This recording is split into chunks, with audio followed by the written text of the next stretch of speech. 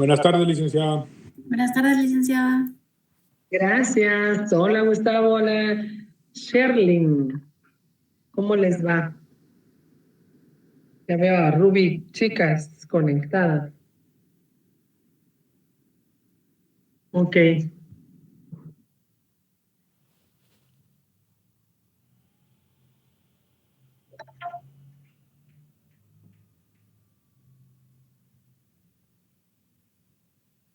Ok, fíjense que antes de que iniciemos la clase, a los jóvenes que se siguen conectando por medio de otro correo, ya les indiqué acerca de la asistencia. No sé por qué se siguen conectando del correo que no es el de ustedes. Fueron 4 personas las que he dejado ingresar. ¿Me pueden indicar, por favor? Les voy a comentar por qué. Cuando se termina la clase, a mi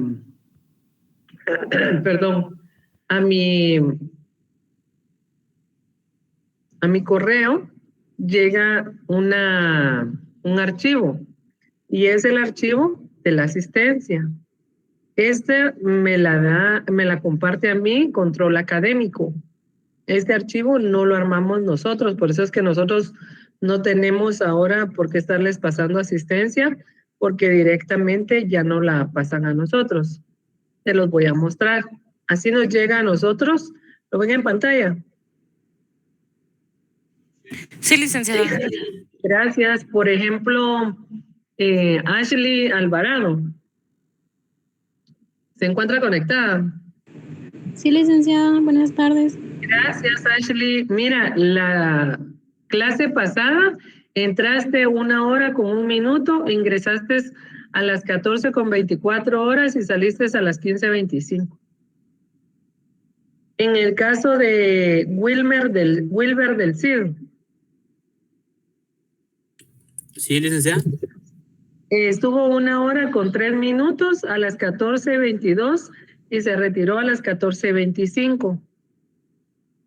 Aquí hay una persona que solo estuvo 50 minutos, que es Karina Castillo Ramos. Buenas tardes, licenciada. Hola, Karina. Ella ingresó a las 14:36 y se retiró a las 15:26. Entonces, si se dan cuenta, lo que yo les he estado viniendo a hablar de la asistencia no es mentira.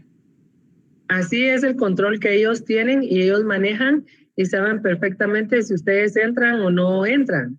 Obviamente esto también es para nosotros, ¿verdad? Porque nosotros también nos encontramos aquí en este listado que ellos manejan. En el caso de Adrián Soto. Buenas tardes, licenciada. Él ingresó a las 14:23 y se retiró a las 15:26.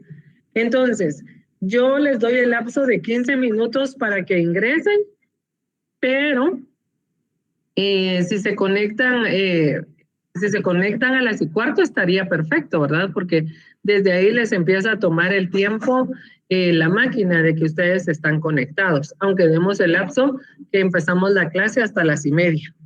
Por eso es que yo les vuelvo a recalcar, ingresen con su correo, porque las personas que ingresan con correo diferente no aparecen en este listado, entonces ellos automáticamente tienen ausencia de la clase. No sé si me explico, si tienen alguna duda. Licenciada, ¿usted podría compartir ese documento? Y así también nosotros podemos ver y decir, ok, yo estoy de los que no aparecen, entonces ya puedo ir a ver. Fíjate, Gustavo, que no creo, nunca me le han dicho que lo haga. Yo lo hago porque hay momentos en los que los estudiantes solicitan y dicen, es que yo siempre he entrado a la clase. Entonces, existe un listado donde está su entrada y su salida, ¿verdad? Pero no tengo autorizado. Voy a preguntar si lo puedo hacer hoy. Tal vez sea solo los nombres de los que usted tiene ahí y yo puedo trabajar una tabla de Excel y entonces ya puedo compartirlo con los demás para los que aún se siguen conectando con otro correo. Ok, perfecto. Sí, porque yo creo que algunos me estaban diciendo que ellos sí lo hacían, pero no aparecían, ¿verdad? ¿Te recuerdas?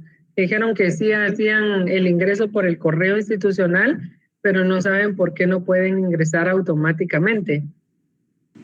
Sí, con ese listado ya podríamos hacer Ok. referencia. Voy a sacarle una copia, Gustavo, con mucho gusto.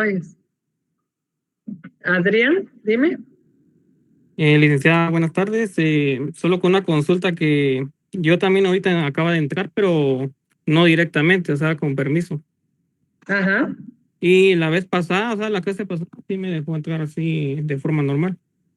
¿Pero con qué correo? Con este correo, o sea, con esta cuenta que ahorita entré.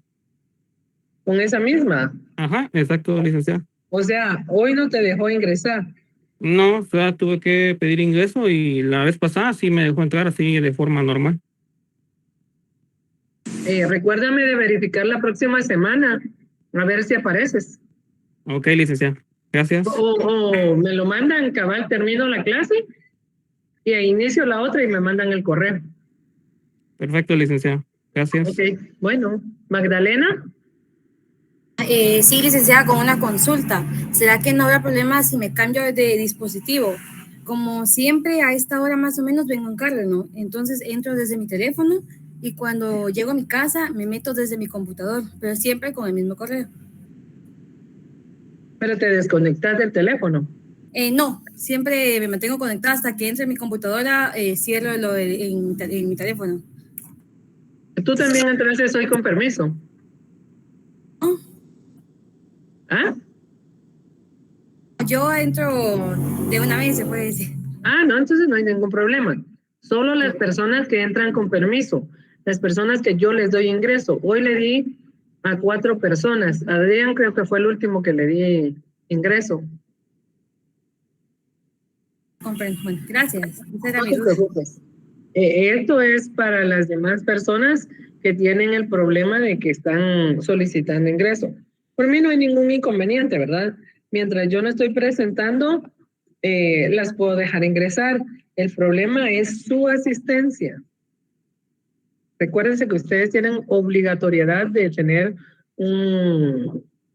una asistencia del 80% de presencialidad virtual en este caso, ¿verdad? En las clases para poder tener derecho a los exámenes. Entonces, por eso es que lo digo. Pero bueno, vamos a iniciar el día de hoy. Recálquenme de quién hablamos la semana pasada, por favor. Augusto Comte. Ok, muchísimas gracias. Gustavo, necesito que me ayudes el día de hoy cuando levanten la mano, porque yo no veo y hoy no va a estar Pedro. Entonces, ¿me puedes ayudar con eso? Sí, con gusto. Gracias, muy amable. Ok, hablamos de Augusto Comte. ¿Qué dijimos de Augusto Comte? A ver quién se recuerda. Aparte de Gustavo, ¿alguien que quiera compartir? Que lo llaman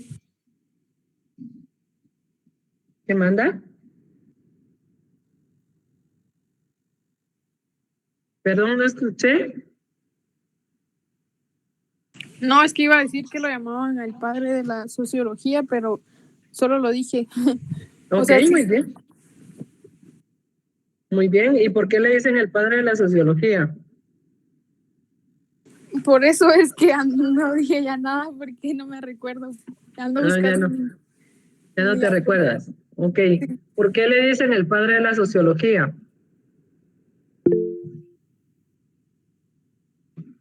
¿Quién levanta la mano? Marilyn Karim. Por favor. Le llaman el padre de la sociología porque él creó la primera propuesta sistemática en esta nueva ciencia. Ok. ¿Por qué más sería?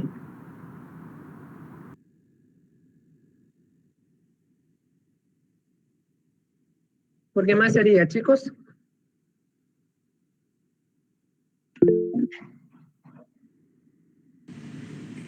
Jafet levantó la mano.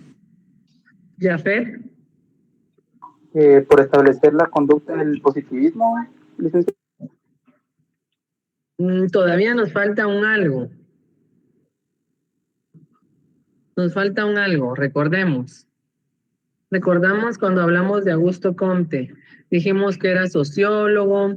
¿Qué dijimos de su vida, Marilyn Karina?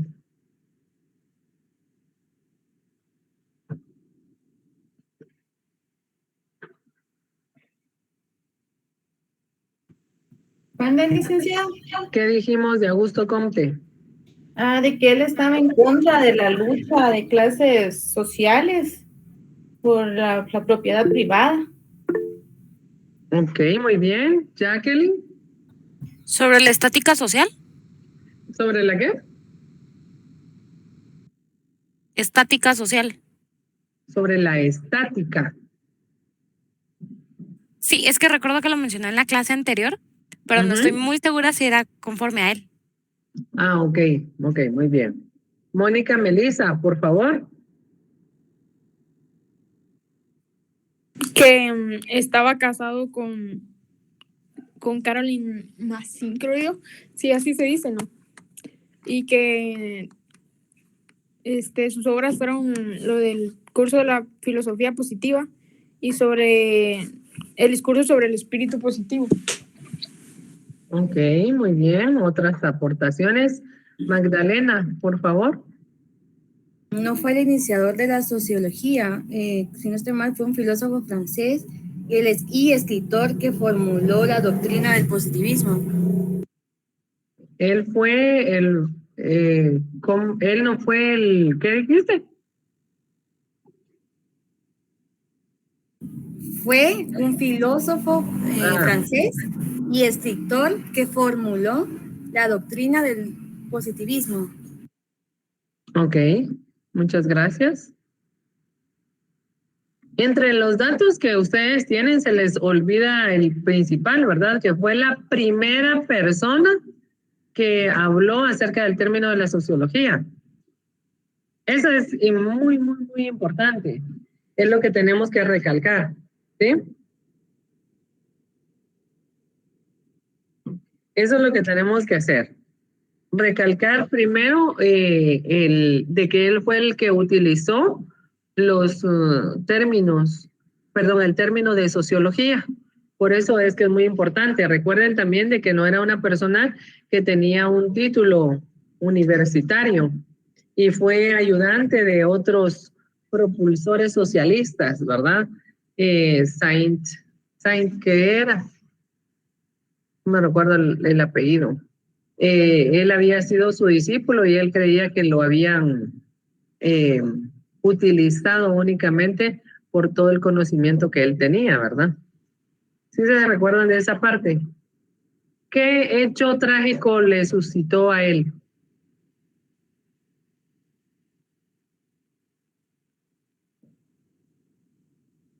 Por lo que recuerdo fue un intento de suicidio. Sí, varias veces se intentó matarse, ¿verdad? Una, inclusive la que hablamos era a través del río. Él se intentó tirar al río. ¿Qué más le pasó? Que le daban como ataques o algo así, por eso se separó de su esposa. Exactamente, ataques de ansiedad y maníaco-depresivos, ¿verdad? Ok, entonces ya hicimos toda una recapitulación de quién era Augusto Comte. Ahora nos toca hablar acerca de Emily Durkheim. Y necesito que 3 voluntarios me indiquen, uno de los que diga Gustavo, hablen, lean la frase y luego nos indiquen qué piensan acerca de esta frase. Por favor, Gustavo. Daniel Monzón.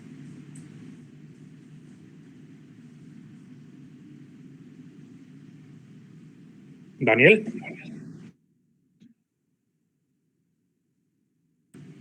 Ok, pasemos con Isabel López.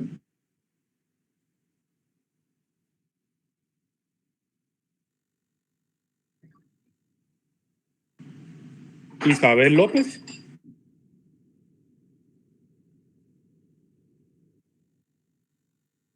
Vamos a desconectar a los que no están conectados.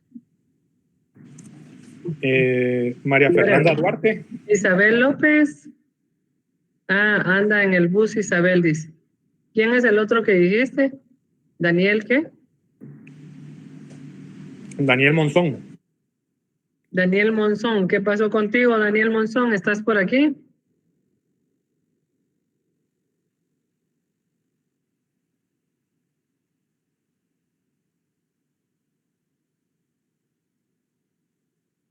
Creo que no. Eric, por favor. Licenciada, ¿puedo leer yo la frase, por favor? Sí, por favor, Eric. Dime.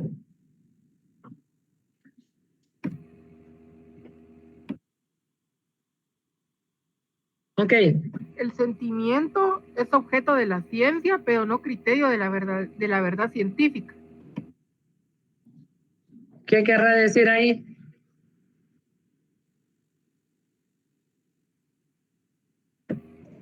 Que, digamos, por ejemplo, que los sentimientos pueden ser estudiados, pero la ciencia no puede ser sentimental. Exactamente, la ciencia no puede ser sentimental. ¿Por qué la ciencia no puede ser sentimental? Porque tiene que ser imparcial. Tú dices que porque es imparcial, muy bien. ¿Qué más? ¿Alguien más levantó la mano?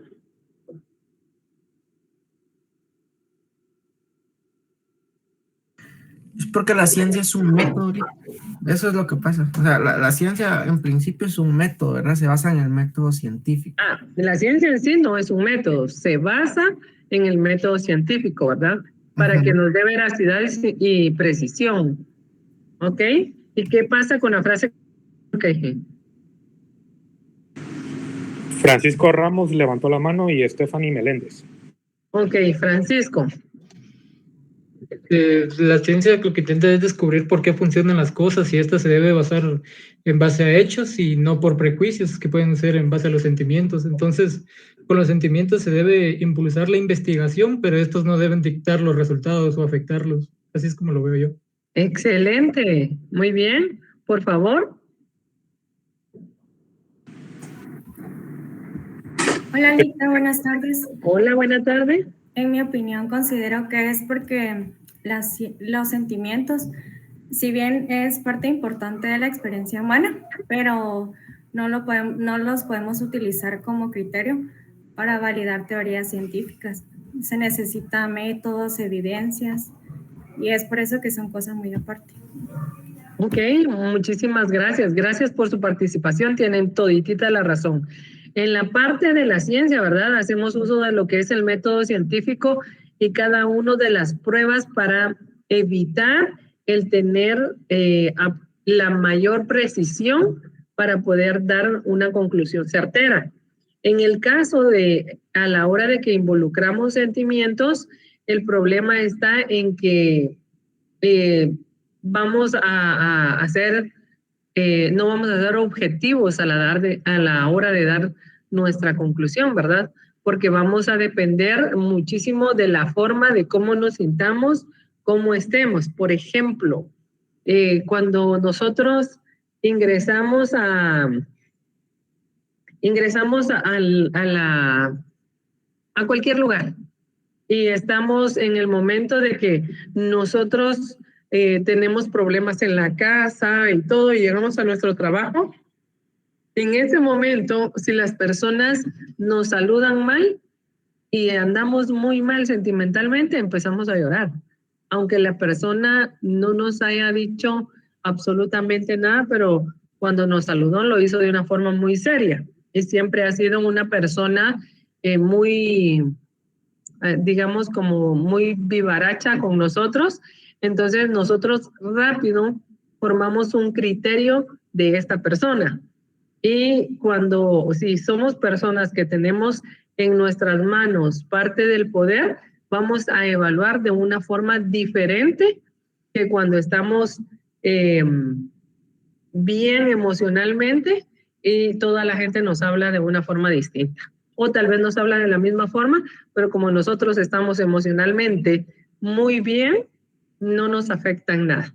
Entonces, por eso es que la separación de los sentimientos tienen que estar fuera del alcance de lo que tiene que ver con la ciencia, ¿verdad? Porque no sería una verdad objetiva, sino que sería algo que estaría pactado en el término de cómo nosotros lo vemos. Recordemos que la ciencia es sí o sí, como debe de ser, porque hay una experimentación a la hora de concluir lo que se está necesitando, ¿verdad? Gracias por lo que opinar. El día de hoy nos toca hablar de otro sociólogo, que es Émile Durkheim. Émile Durkheim fue un sociólogo y filósofo francés, quien estableció formalmente la sociología como una disciplina académica, y junto con Karl Marx y Max Weber, es considerado uno de los padres fundadores de dicha ciencia. El nacimiento de él fue el 15 de abril de 1858 en Épinal, Francia. Falleció el 15 de noviembre de 1917 en París, Francia. Su cónyuge fue Luisa Dreyfus. No sé si será así correctamente, ¿verdad? Pero así lo leo. El primer trabajo importante de Émile fue su tesis doctoral sobre la división del trabajo social. 2 años después publicó su obra fundamental, Las reglas del método sociológico, que constituye un verdadero bravario de sociología. En ella acotó Durkheim el campo de la nueva ciencia y propuso la metodología que había de seguir. Junto con las obras ya reseñadas, que cabe citar la filosofía y la sociología, y una serie de estudios de entre los cuales los más importantes son crimen y salud social, la prohibición del incesto y sus orígenes, sobre la definición de los fenómenos religiosos, las representaciones colectivas y las representaciones individuales, determinación del hecho moral y juicios de la realidad y juicios del valor. Era hijo de un rabino. Destacó pronto como estudiante, lo que permitía acceder a 1879 a la Escuela Normal Superior de París, por lo que se licenció en filosofía en el año de 1882. Terminados sus estudios en la Normal, inició su carrera docente en diversas ciudades francesas. Durante el curso se trasladó a Alemania, donde conoció los métodos de la psicología experimental de Wilhelm Wundt. Fue nombrado profesor encargado de la asignatura de Ciencia Social y Pedagogía de la Universidad de Burdeos. En el año de 1896 se le otorgó la cátedra de Filosofía Social y fundó la revista L'Année Sociale.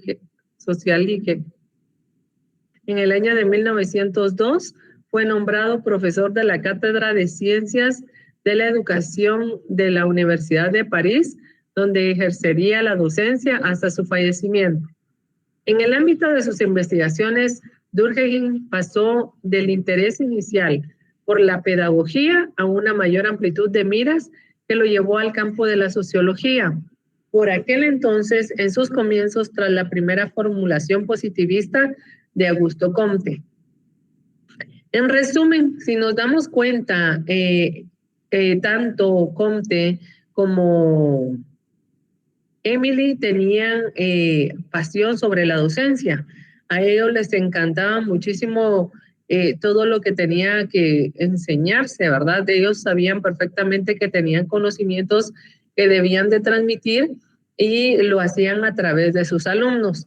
El problema que existía entre uno y otro es que aquel tenía un carácter algo voladito, ¿verdad? Y no alcanzó su título universitario por las riñas a las que se metió. Sin embargo, Émile sí consiguió salir de la escuela superior y se licenció en filosofía. Entonces, él tenía la oportunidad de estar en la docencia mucho más cerca y sin ningún problema, que incluso fue al país de Alemania para poder trasladar sus conocimientos.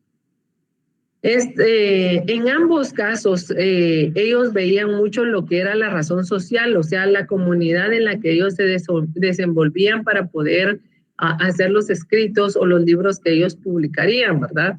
Si nos damos cuenta, en este caso, estamos hablando de la comunidad alemana, en esta época donde resurgían de problemas políticos, ellos reconocían todo aquello que necesitaba una sociedad para poder sobresalir, y ellos veían que no todo era malo, ¿verdad? Porque en la época anterior, recuérdense que eran unas épocas donde todo estaba muy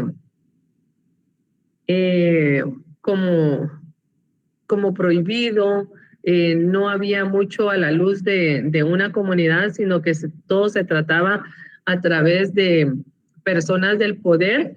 Ellos con sus estudios hacían investigaciones de la comunidad y empezaron a hablar de la sociología, sin saber que en ese momento todos aquellos grupos que se reunían, formaban una comunidad o una parte social.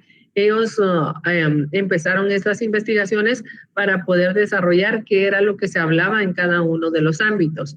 Se recuerdan que Augusto Comte hablaba mucho de lo que era la sociedad en sí, que era la que a él lo había vulnerado y en la que él se sentía lastimado, porque inclusive cuando él fue ayudante de Saint, él lo único que decía es que se estaban aprovechando de él y no tuvo una buena relación con su esposa. Sin embargo, todos los estudios que él hizo a través de la sociología, porque él fue el primero que acuñó la palabra sociología, lo hizo a través de una comunidad en la que él se desarrollaba. Las investigaciones de aquel, de ver aún encima de lo positivo de todo, hizo que Durkheim se llenara de curiosidad y empezara a hacer investigaciones. Claro que lo hizo a través de la pedagogía, porque como él era docente, le era mucho más fácil buscar toda la investigación o todos los instrumentos que él necesitaba para poder llevar a cabo todas las investigaciones de sociología respecto a la formulación positivista de Augusto Comte. El objeto de estudio de la sociología no puede ser una suma de individuos, pues en la misma configuración del individuo intervienen las fuerzas sociales que operan sobre él, sino el fenómeno de un hecho social, una de cuyas principales características es precisamente la coerción que ejerce sobre el individuo. ¿Por qué nos hablan de esto? Hasta nuestros tiempos, nosotros nos podemos dar cuenta de que en algún momento nosotros estamos siendo jalados para ciertas cosas sin ponernos a pensar si es lo que nosotros queremos o no queremos. Entonces ahí aplica lo que es las características de coerción, ¿verdad?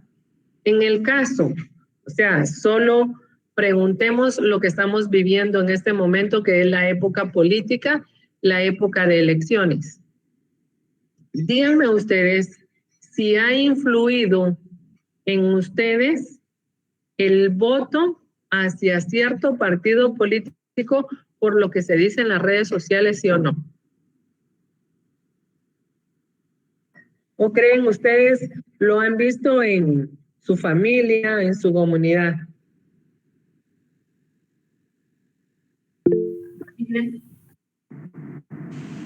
Daisy subió la mano. Daisy, por favor. Sí, licenciada, buena tarde. Buenas tardes.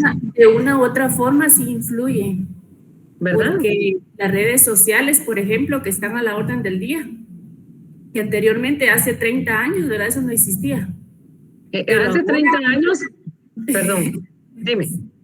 Pero ahora nos bombardean, porque apenas un TikTok o cualquiera pasa algo, incluso lo pasan en vivo, ¿verdad? Entonces eso sí influye bastante en nuestras decisiones. Ok, muchas gracias. Gracias, Daisy. Sí, miren, lo que Daisy dice es correcto, solo que hace 30 años, como no existían las redes sociales, ¿verdad? Se reunían grupos de personas y empezaban a hablar sobre cierta cuestión que ellos querían cambiar y rápidamente el que lo quería perseguir porque sí, empezaba a indicarles, mira, hagamos esto por esto, nos va a ir bien por aquí, si tenemos esto, hacemos esto, que aquí, que allá, que allá.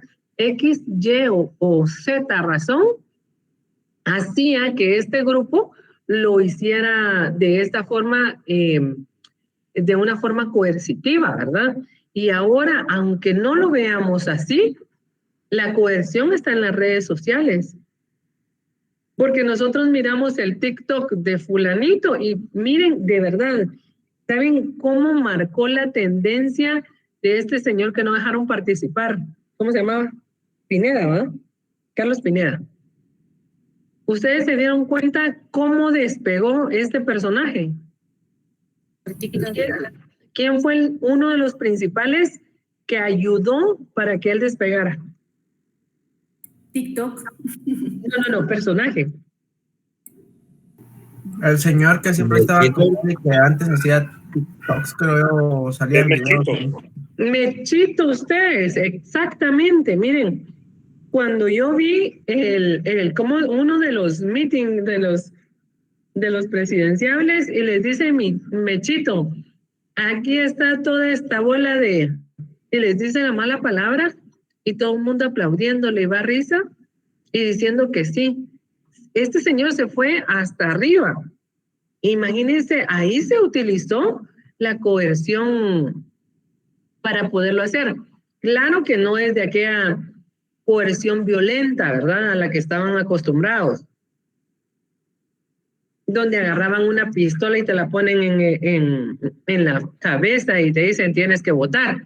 Pero sí lo hacen de una forma diferente, pero al fin y al cabo es una forma coercitiva de llamar tu atención para hacerte votar, porque yo creo que las personas que eran pensantes en ese momento, hasta ellas cayeron en el juego.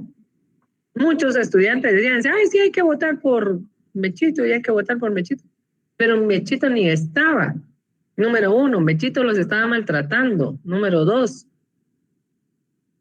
Y así lo hicieron. Y no es solo esa parte, ¿verdad? Sino que hay muchísimas formas de ejercer la coerción a través de las redes sociales.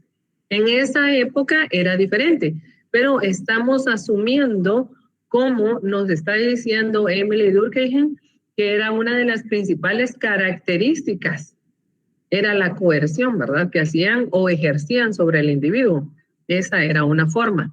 Y ahora la hacen de una forma similar, perdón, o sea, la forma sigue siendo la misma, solo que el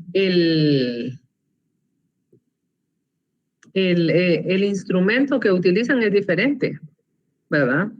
Y dice aquí también que el hecho social es además exterior al individuo. Existe antes de su nacimiento y producto de la colectividad. Las representaciones colectivas y las estructuras de la sociedad imponen al individuo las normas del pensamiento, las reglas de conducta, el canon de una existencia normal y también sus aspiraciones más elevadas, sin que todo ello excluya cierto margen de autonomía del individuo en el ámbito de la colectividad. En esta parte, si estamos hablando de representaciones colectivas, podríamos hablar aquello de lo que nos heredan. Veámoslo no de la forma, ya no veamos forma política, veamos de forma del deporte. Si toda mi familia le va a ¿qué equipo? Al Real Madrid. ¿A cuál? Barcelona. Al Barcelona. Todos en mi familia le vamos a ir al Barcelona.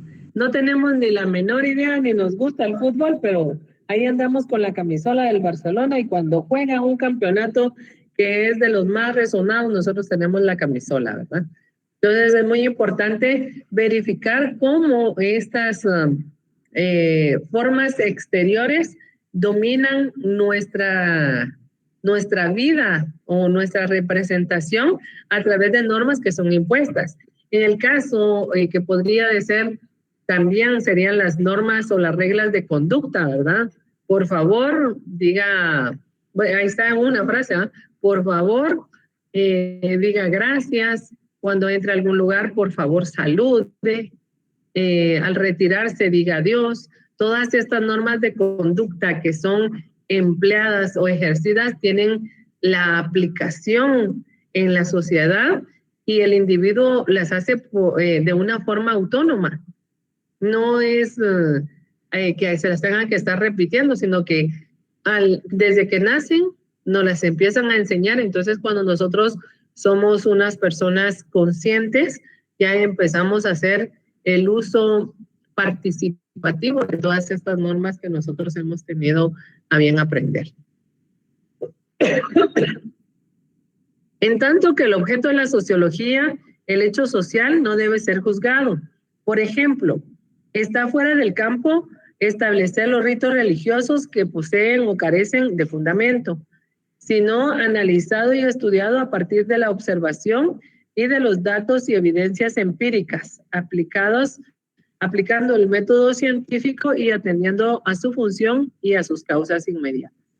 En este caso, en lo que es la sociología, es un poquito complicado darles un punteo a todo aquello que nosotros necesitamos saber, porque si estamos estableciendo de que cada persona es individual, de que cada persona tiene una representatividad, que cada persona va a depender muchísimo de las características donde se ha formado para que pueda establecer cierto nivel de conducta, vamos a establecer de dónde viene. Por ejemplo, como lo hablábamos hace unos días, decíamos que todas las personas de Occidente tienen un comportamiento diferente a las personas de Oriente. Esto se debe a todos aquellos estudios que se han hecho meramente en las comunidades y no solamente en un grupo establecido, sino que lo hacen en varios grupos para poder indicar la forma de cómo se van a expresar, la forma de cómo van a ser en su naturaleza, ¿verdad?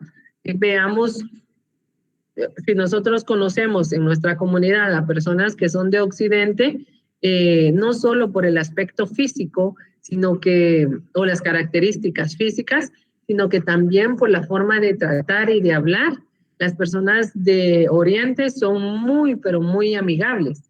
Las de Occidente no, son un poquito más reservadas a la hora de aceptar tal vez una plática o una amistad. En cambio, las de Oriente ni siquiera los conocen y ya se están compartiendo la cerveza, ¿va? Entonces es un poquito diferente la forma de cómo conviven o cómo se expresan. No sé si me explico esta parte de la comunidad.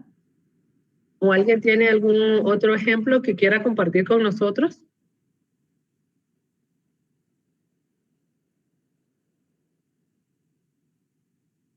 ¿Alguien? Por favor. Daisy levantó la mano. Gracias, Daisy. Sí, licenciada, en cuanto a lo que usted está comentando y explicando sobre la comunidad, Guatemala, ¿verdad? Por ser un país pluricultural, es increíble la cultura que se vive en las diferentes regiones. Exactamente. Porque, por decirlo algo, el carácter, la personalidad de las personas que habitan en el occidente es más tranquila. Y en el oriente son como más efervescentes. Exactamente. Y entonces arreglan los problemas de una manera más drástica, por decirlo así, ¿verdad? Entonces son las personas que por su vestimenta es diferente, como usted lo estaba diciendo, y por lo regular van armadas. Entonces, sí, la gente de Oriente. Y la gente de Occidente es como más desconfiadita, y yo creo que también es por todos los sucesos, ¿verdad? A través de la historia, porque Occidente sufrió mucho, ¿verdad? Cuando se dio el conflicto armado interno. Exactamente. Entonces yo pienso que también tiene ahí parte de eso, de la idiosincrasia de las personas. Muchísimas gracias. Bien atinado tu aspecto, ¿verdad? Agradezco tu opinión.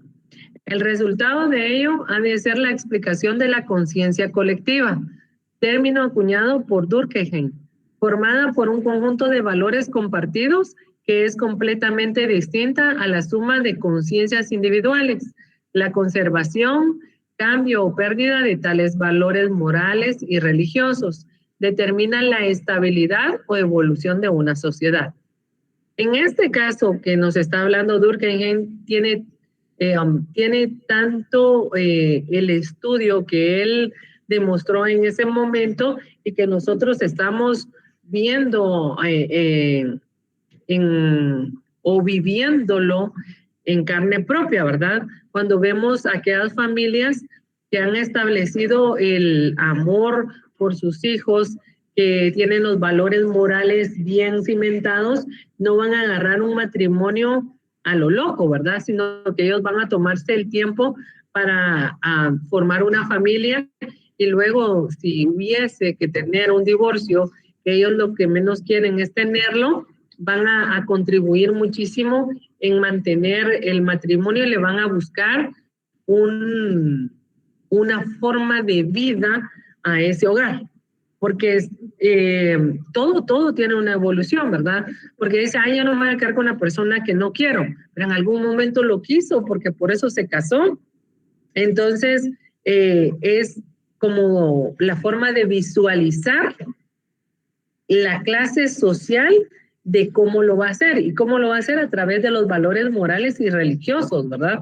A veces la religión dice que no nos permite a nosotros tomar tal vez como el primer paso de un divorcio. Va a depender muchísimo, ¿verdad? De la religión que se profesa.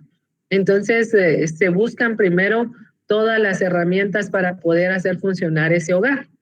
Sin embargo, cuando ya no se logra mantener esta situación, hay separaciones, pero al darse esas separaciones, obviamente va a causar una evolución trascendental en la sociedad, porque las personas que van a desarrollarse ya no van a tener la misma estabilidad que van a tener las personas que han estado constituidas en un hogar. Estos son estudios que ha desarrollado la sociología a través de los problemas sociales que se han dado en todo el mundo, ¿verdad? No necesariamente que pase solamente aquí en Guatemala, pero no quiere decir que las personas que vayan a divorciarse carezcan de valores, tampoco quiere decir eso, sino que se hace un estudio dependiendo de lo que corresponde y lo que compete. Asimismo se va a llegar a una conclusión de lo que se está tratando de los problemas sociales. Estamos hablando de que cada persona, cada grupo social es diferente, cada familia es diferente, entonces no se puede hacer una estima tan cuadrada a menos de que se haya hecho a través del método científico atravesando esto. Acordémonos también que no solo se puede utilizar el método científico porque estamos hablando de lo que es la sociedad, entonces no todos vamos a tener las mismas reacciones. Aplicando su propia metodología, Emily Durkheim partió de los datos estadísticos oficiales para preparar el siguiente estudio. El suicidio, la tesis de la obra que resume en la siguiente frase. El suicidio varía en proporción inversa al grado de integración del individuo en la comunidad religiosa, familiar y política, siguiendo la concepción sociológica expuesta en su trabajo anterior. Durkheim parte del propuesto de que el individuo está guiado por una realidad moral colectiva, de la observación de que cada pueblo tiene cierto porcentaje de suicidios más constantes que la mortalidad y regulado por reglas fijas. Se desprende que los países y sus instituciones son una fuerza motriz independiente del individuo. En este caso, él lo está volviendo a recalcar, ¿verdad? Él hizo el estudio acerca del suicidio, tomó varias partes y estas partes tenían ciertas actitudes que él podría variar en las reglas, ¿verdad? O sea, podría decirse que si pensamos que una persona que teme de Dios no va a cometer suicidio, es mentira, porque no va a depender de lo que está a su alrededor, porque su alrededor obviamente va a tener muchos valores morales, va a tener valores religiosos y va a tener mucho temor a Dios, pero si es una persona con grado de depresión que ya no es parte de los valores sociales y normas que puede tener, sino que es un problema mental, ya es un problema físico, obviamente va a cometer el suicidio, ¿verdad? Entonces, a eso es a lo que se refiere Durkheim. Según Durkheim, las verdaderas causas del suicidio son de naturaleza social, la falta de integración, y permanecen desconocidas incluso para el mismo suicida. El autor distingue entre las causas y motivos y considera estos últimos como pretextos no decisivos. Debido precisamente a esas consideraciones, se reprochó a Durkheim el haber formulado una tesis apresurada, basada en datos no actuales e incompletos, sin calcular la incidencia de las enfermedades mentales, especialmente de la ciclotimia, presente muy a menudo en los suicidas. Sus sucesores se esforzaron por completar las teorías del maestro en aquellos puntos expuestos por el que una manera incompleta por falta de estadísticas. Esto es lo que yo les estaba hablando anteriormente. Para Durkheim, el fenómeno religioso conlleva siempre a una tajante división de la realidad en dos ámbitos, lo sagrado y lo profano, el conjunto de todas las cosas reales o ideales que pertenecen a una de estas dos esferas, en las cuales a su vez se excluyen radicalmente. De ahí que no sea suficiente el criterio jerárquico según el cual las cosas sagradas serían aquellas consideradas como superiores en dignidad y en poder a las profanas, no por el hecho de que las cosas estén subordinadas a otras, sino que esta sagrada en relación a la primera. Lo característico de lo sagrado en relación a lo profano de la heterogeneidad absoluta, su falta de cualidades comunes, y por ello las energías que actúan en una de las esferas no son las mismas encontradas en la otra. Esto es lo que nos dice las características del estudio de Durkheim, ¿verdad? Él no había tomado en cuenta todos aquellos aspectos mentales, sino que él únicamente se basaba en todas aquellas características sociales y valores que podrían ser transmitidos. Durkheim basó sus ideas en la búsqueda rigurosa de pruebas empíricas, como estudio de casos y estadísticas. Sus principales legados fueron el establecimiento de la sociología como disciplina académica en la tradición positivista de Comte, sujeta a los mismos métodos de investigación que las ciencias naturales. Sin embargo, el enfoque positivista fue acogido con escepticismo. Los pensadores en tendencia marxista rechazaron la noción de que algo tan complejo e impredecible como la sociedad humana fuera compatible con la investigación científica. Durkheim tampoco encajaba en el clima intelectual de la época por considerar a la sociedad como un todo, en lugar de la experiencia del individuo, como lo hizo Max Weber. Su concepto de hecho social con realidad propia y separada del individuo fue descartada, y su enfoque objetivo criticado por limitarse a explicar los fundamentos del orden social sin proponer nada para cambiarlo.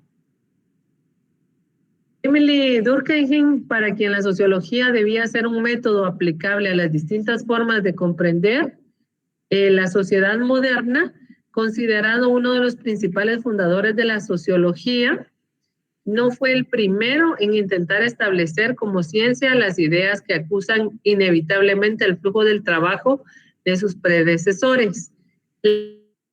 La humanidad ha pasado progresivamente de las pequeñas comunidades homogéneas a las sociedades complejas. Esto quería decir de que aquellas comunidades que iban que no iban a evolucionar, ¿verdad? Que siempre hacían lo mismo de una forma sistemática, homogénea, ¿verdad? Que no tenían ningún cambio, todo era igual.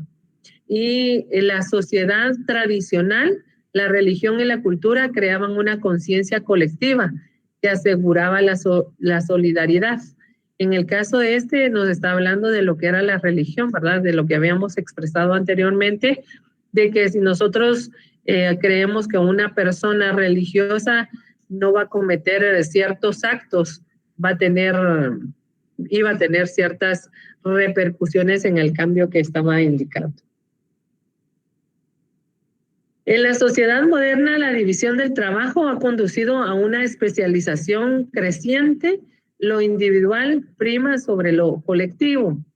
Y la solidaridad proviene de la interdependencia, que proviene de la interdependencia de individuos con funciones especializadas. Durkheim afirmó, si existían antes, es que existen fuera de nosotros.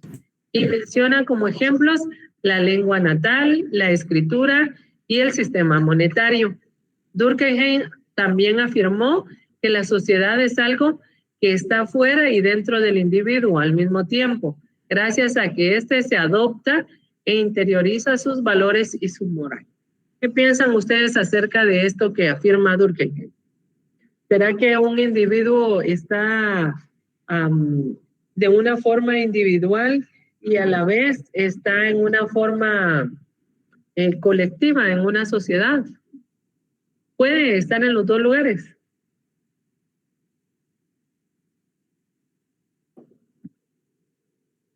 ¿Qué creen ustedes?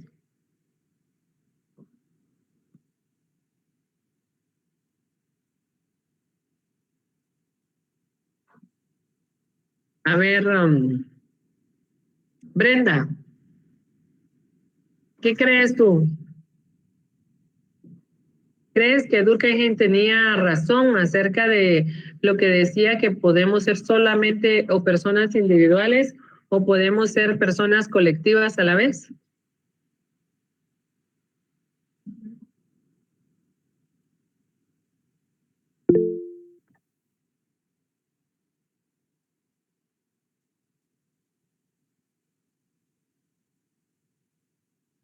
Brenda dice que sí se puede ser persona colectiva a la vez. Licenciada, yo creo que hemos evolucionado en la sociedad para tener dos tipos de personalidades, pero no creo que podamos tener ambas a la vez, pero sí hemos aprendido a conllevarlas. Podría ser, ¿verdad? Podría ser, Gustavo. Hemos aprendido a conllevarlas, ¿verdad? Parte de nuestra evolución es esa. Él decía que podríamos estar en las dos. Y sí, porque nosotros necesitamos, como seres humanos, necesitamos un tiempo con nosotros. Pero si nos mantenemos alejados de la sociedad, no aprendemos. No aprendemos ni de los errores que podemos cometer, ni aprendemos de lo que podemos desarrollar en torno a ellos, ¿verdad? Pero hay un momento en el que nos cansamos también y necesitamos estar con nosotros mismos. Esa parte de él. Y en la parte de la religión y de los valores morales, ¿qué piensan? Víctor Álvarez, ¿qué piensas tú?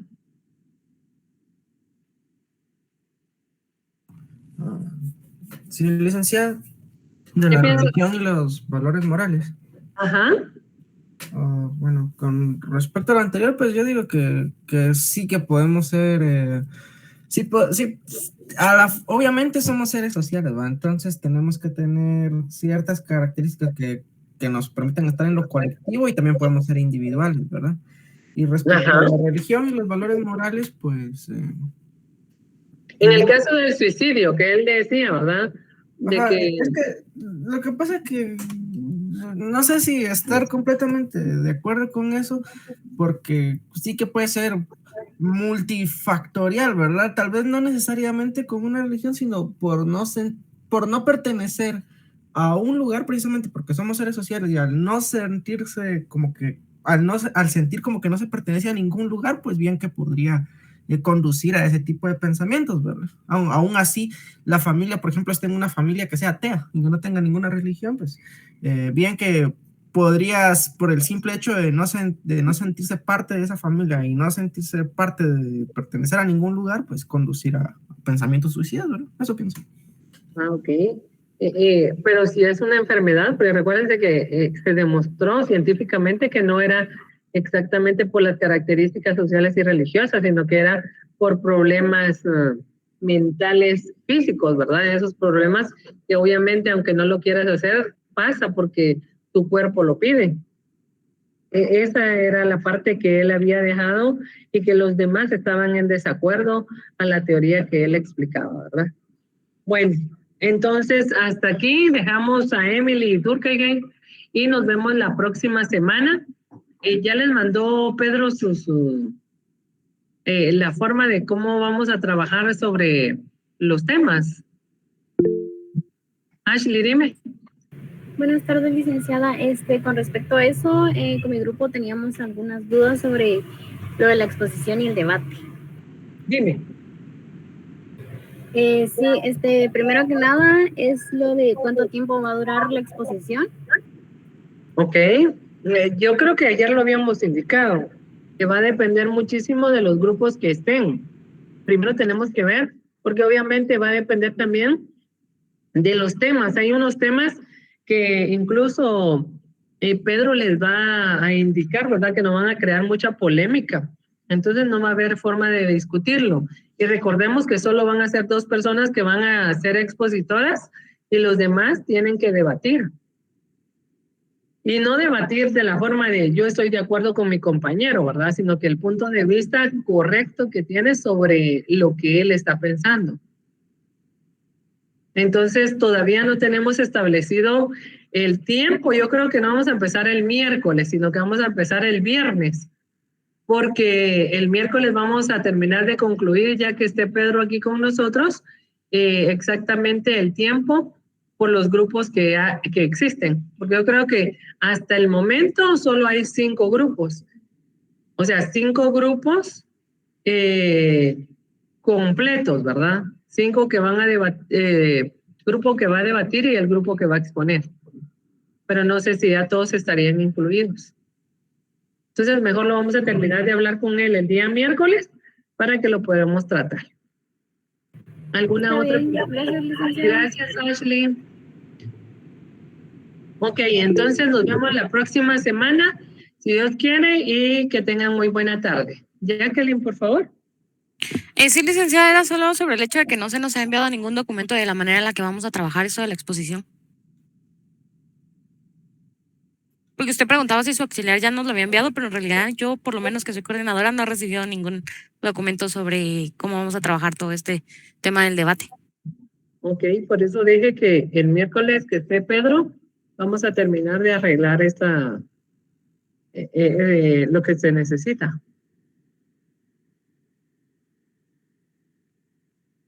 Bueno, okay, está bien. A ustedes, exactamente. Por favor. Gracias. Que tengan muy buena tarde.